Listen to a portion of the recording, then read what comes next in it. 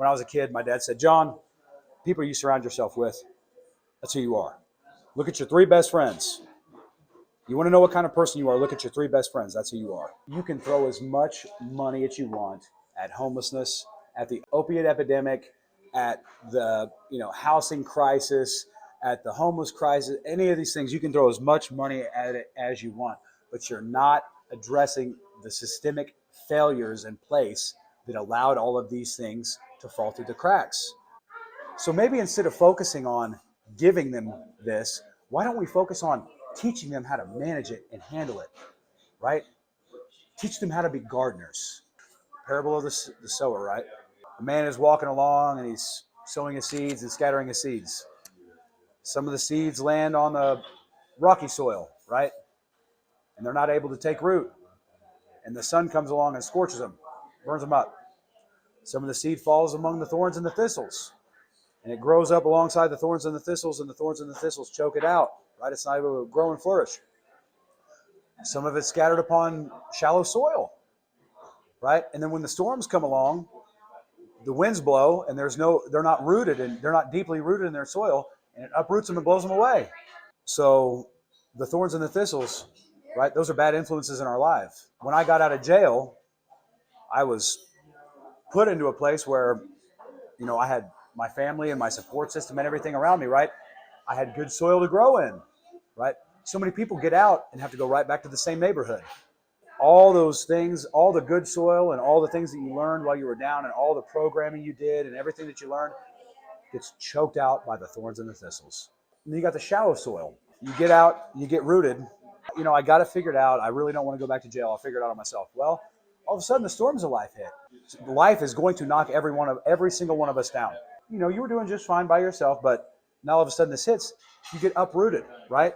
And now you're going back into drugs and alcohol, right? You've lost your homing and now you're homeless again.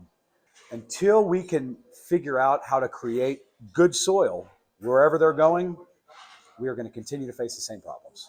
One beautiful thing that you've seen in Topeka that you don't see in a lot of other places is we don't just rely on the government and the city to help fix the societal problems that we're facing. In Topeka, we have got some incredibly high net worth individuals that also lead their businesses and their finances like they lead their lives in a Christian fashion. So we've got a bunch of private individuals from the private sector stepping in to help out the public. And it's really been a beautiful phenomenon. The Cody Fosters and the Jim Klossmans and all these other guys, like, they want to see the community succeed and win. They want to see Topeka succeed and win. They have been given what they've got from Topeka, right? So now they are willing to reinvest in the community and do what it takes to help it grow and succeed, which has been absolutely phenomenal to watch. Once you have the ability to listen to others, to humble yourself, shut your mouth, and learn from other people's mistakes, man, that catapults you so far ahead in life. So we can't just tell people the right way, man. We gotta lead them. We gotta show them the right way through our actions. I believe to be a fully healthy human being, right, we have to have spiritual health, physical health, and mental and emotional health.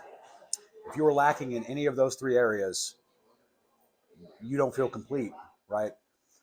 And it's when you feel incomplete in one of those areas that you start the drug-seeking or alcohol-seeking behavior, or any of the other kinds of behaviors, right? Any sinful behaviors, right, that are driving us to be something that we're not, or something that we weren't designed to be. So for the vast majority of my life, I had the physical health, and then I struggled with the mental and emotional health, and then I had no spiritual health, right?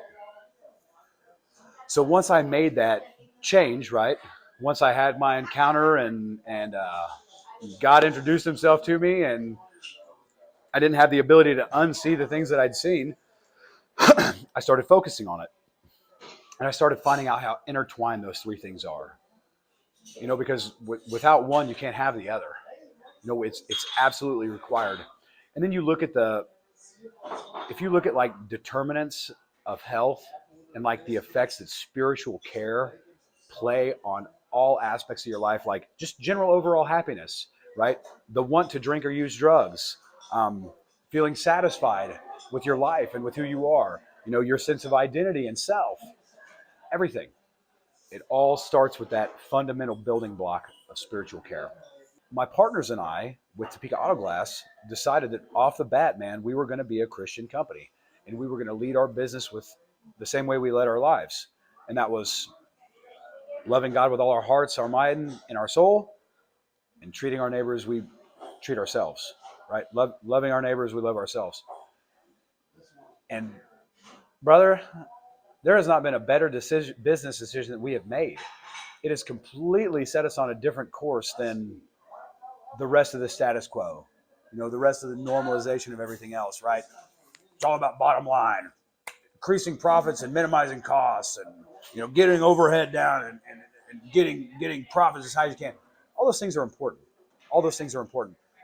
But so much of what they leave out, yeah, we're doing wonderful, thank you.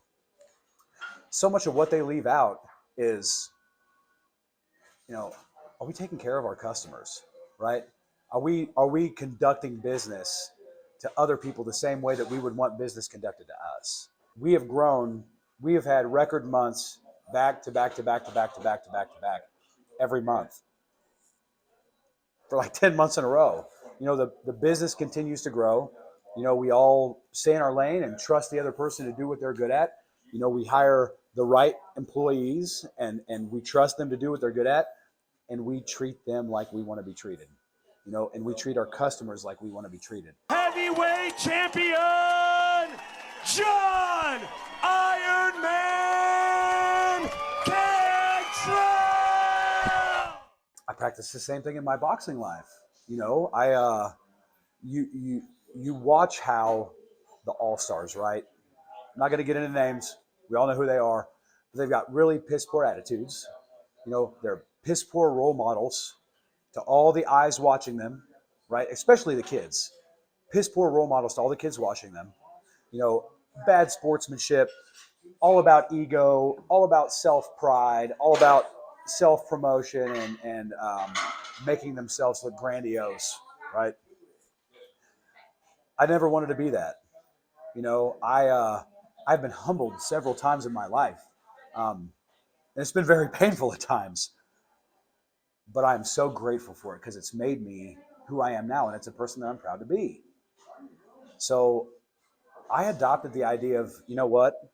I'm going to be kind to every one of my opponents as if they're a neighbor. I'm going to pray with each of them. I'm going to pray for their safety, and I'm going to pray for my safety. I'm not going to pray for victory. I'm going to pray for safety, right?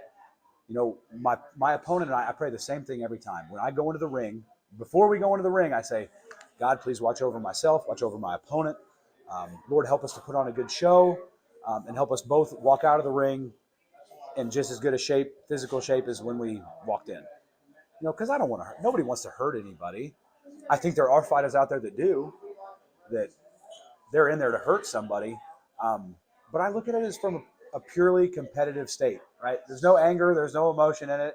There's excitement, and when you get hit really hard, there's some, oh my goodness, what I get myself into. But for the most part, man, it's been about using my platform to reflect the light of Christ in other people's lives, through me and into other people. And my mentor and sponsor, Barry Feeker, said it the best when he said, John, just remember, always give God the glory, give others the credit, and you keep the joy for yourself.